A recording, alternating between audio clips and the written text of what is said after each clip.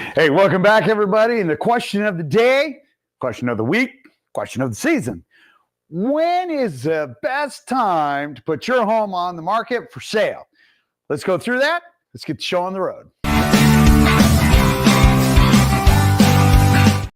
Okay, so probably one of the most common questions that we get asked, and not just this time of year, but all year long. Hey, George, when is the best time to put my home on the market? When will I or could I receive the highest return versus any other time of the year?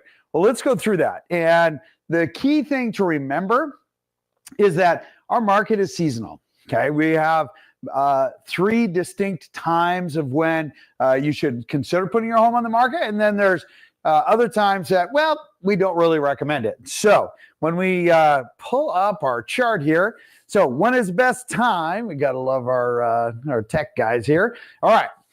First, homes listed the last 2 weeks of March in Seattle sell for 3.1% or more than any other time of the year. This equates to an approximate, on a national average, of $24,000 on a typical home, according to Zillow.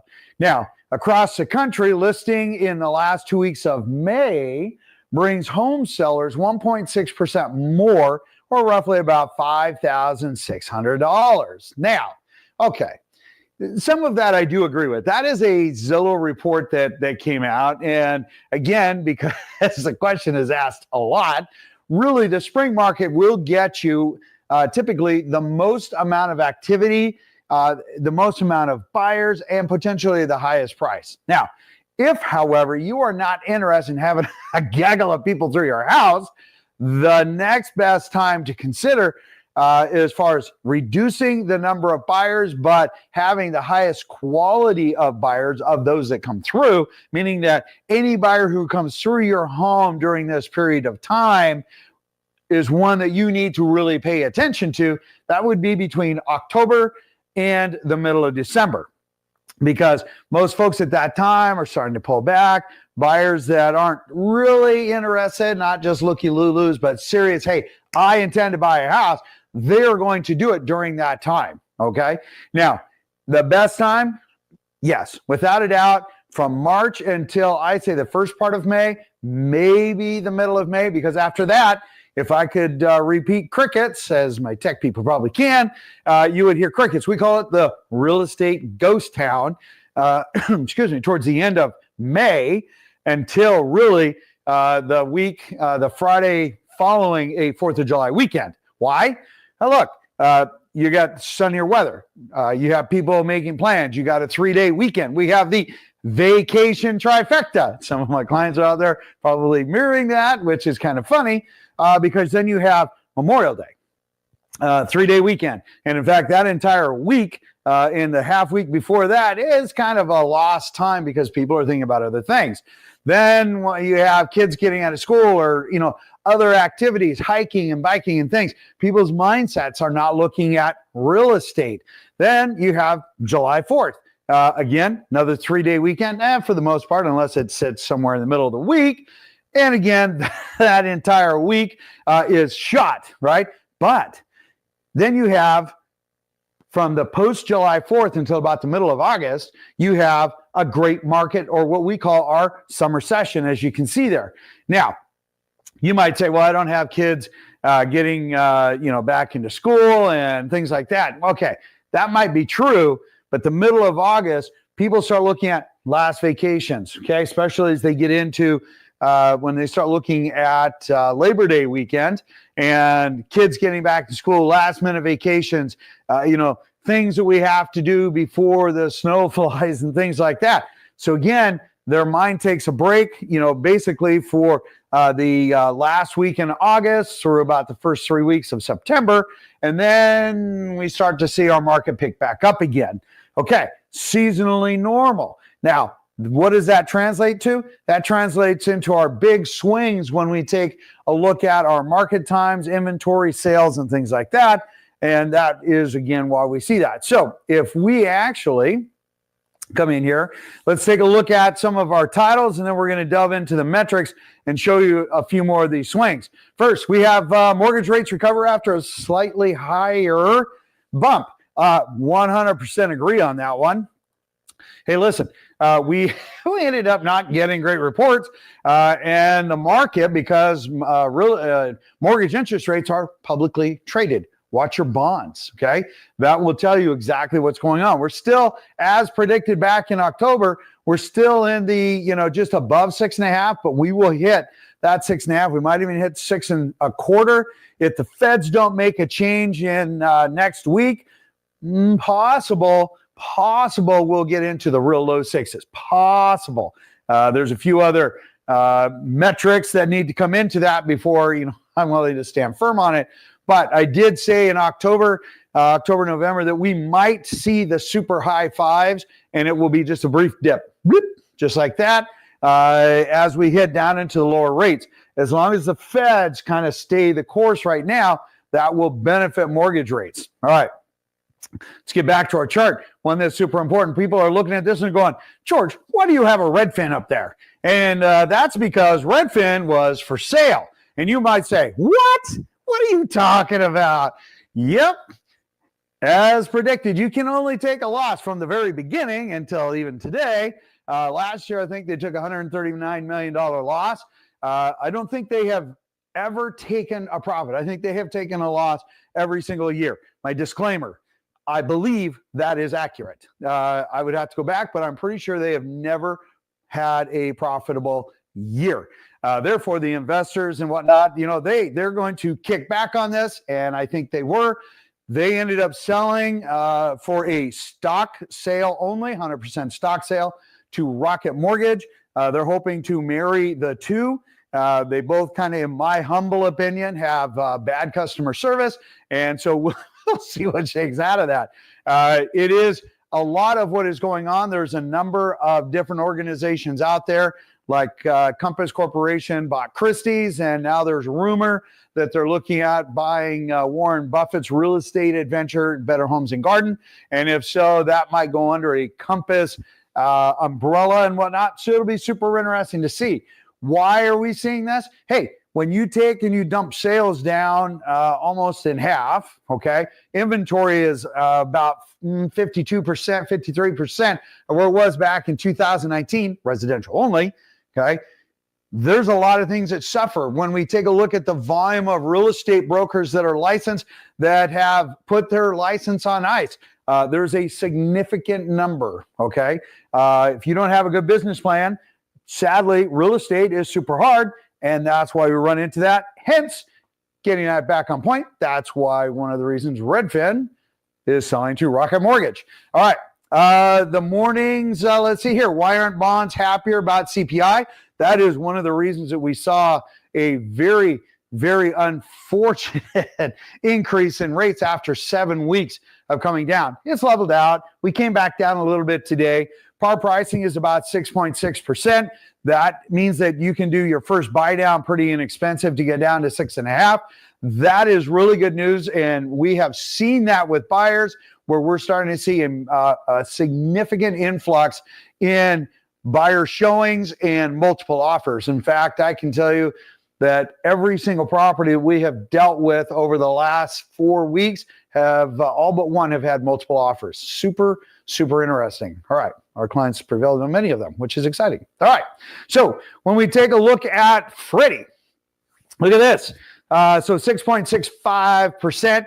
That is a little bit higher than what it was last week, but definitely lower than this time last year. And that, again, is super important as we start taking a look at what is happening with the mortgages, what is happening with the general economy, and how are the Feds going to react. When we take a look at this chart, so we take a look at days on market, which is super important. So last week, if you look at the bottom chart left side, look, not last week, last month over this month, February and March, we're down 8 days on market. However, year to date, we're about 5 days higher, but we're selling at, in March, 100% of list to sales price and 90% of list to sales price.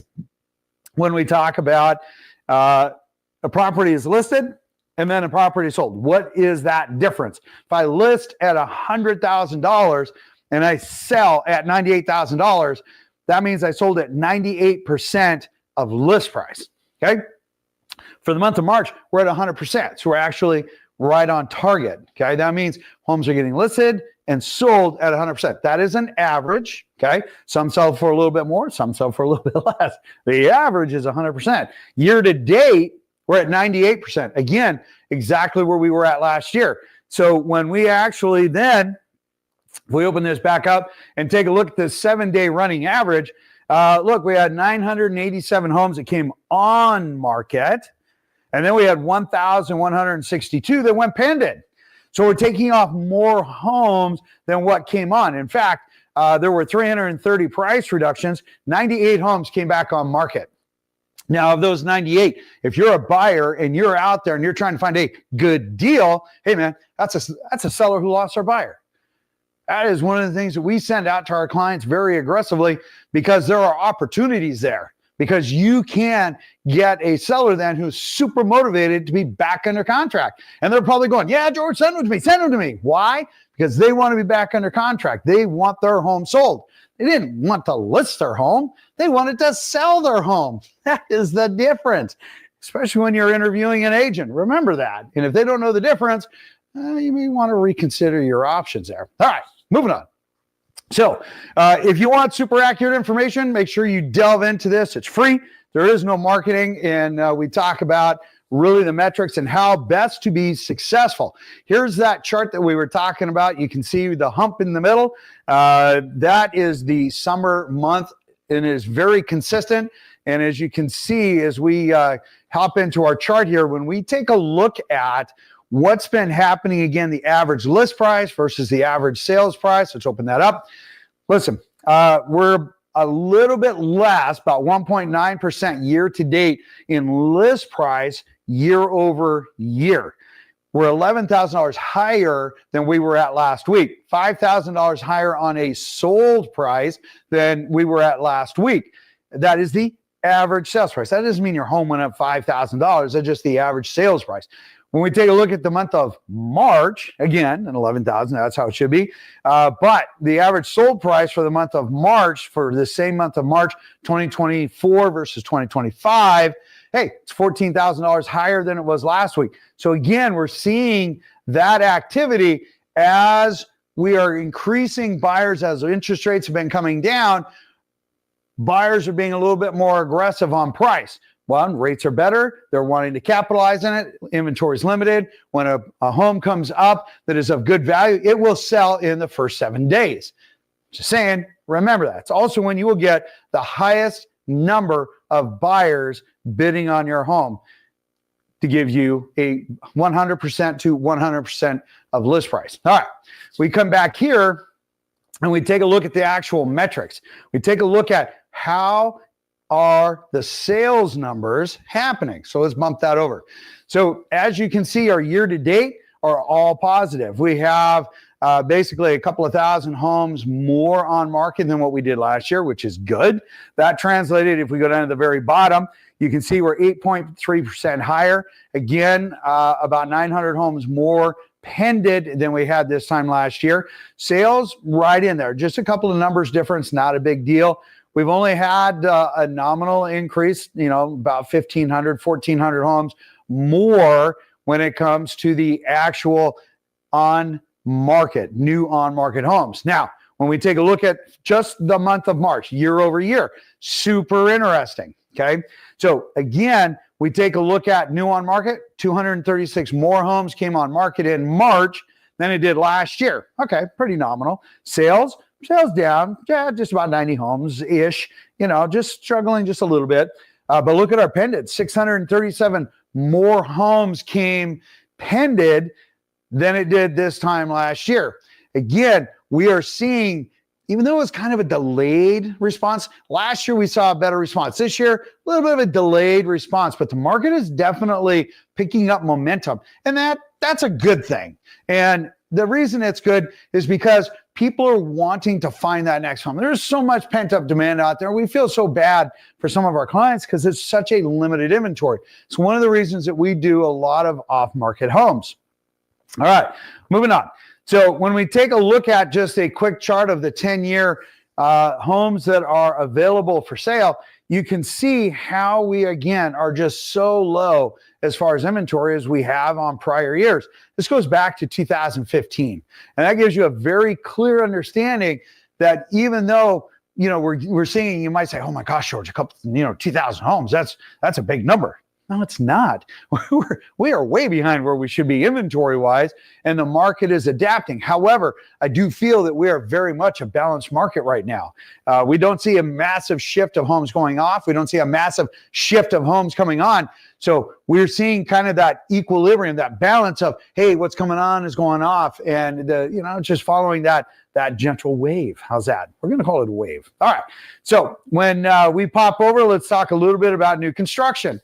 New construction, being super important, has been playing and is doing its bit of recovery. Now, when we talk about pricing and whatnot, hey, listen, our prices, average sold price is down 7,000 week over week, but it's up almost 5% year to date. Same thing when we take a look at the month over month for March. Last week, the homes, the average sold price was $52,000 higher. Okay, not a significant thing. It bobbles up and down each and every week. When we take a look at it over year as an average, hey, you know what? Or month to month over an average, it's only down 3.6%, which is not that significant of a deal. When we take a look at new construction as the numbers on a whole, again, they're making up ground. So remember, when we started in January, man, it was dragging. It was dragging something fierce, okay? And now we're actually seeing pretty good improvement, all things considered.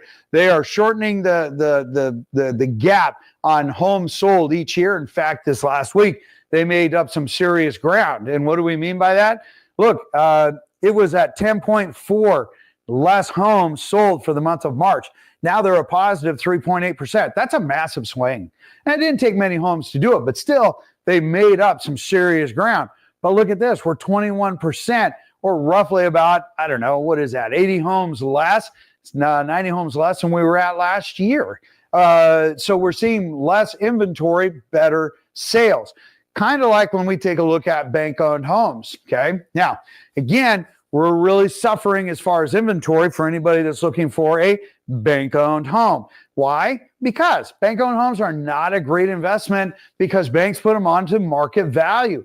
Our numbers here, you can see, look, 5 new homes year to date, year over year, that's peanuts. As far as the month of March, we had 2 extra than what we had last year. When you take a look at because the numbers are so tiny, any amount of addition or subtraction actually gives a bigger number. Look, we had 7 home different pended for the month of March, and basically about 30 home different year to date. And when we talk about market times, that is the hilarious thing. Crazy, crazy numbers. You can totally tell they're trying to push numbers when you look at the bottom of the chart. Last year, 44 days. This year is 90 days. Listen, their goal is to push price to ensure that the investor did not leave any dollars on the table. Super important to remember. Okay. Now, if you have any questions, post it down below. Smash the subscribe button. Tell us that you like it. And in the meantime, it's going to be a beautiful week. Happy St. Patrick's Day. And in the meantime, you guys have an absolutely beautiful day. And I will see you on the next video. Take care.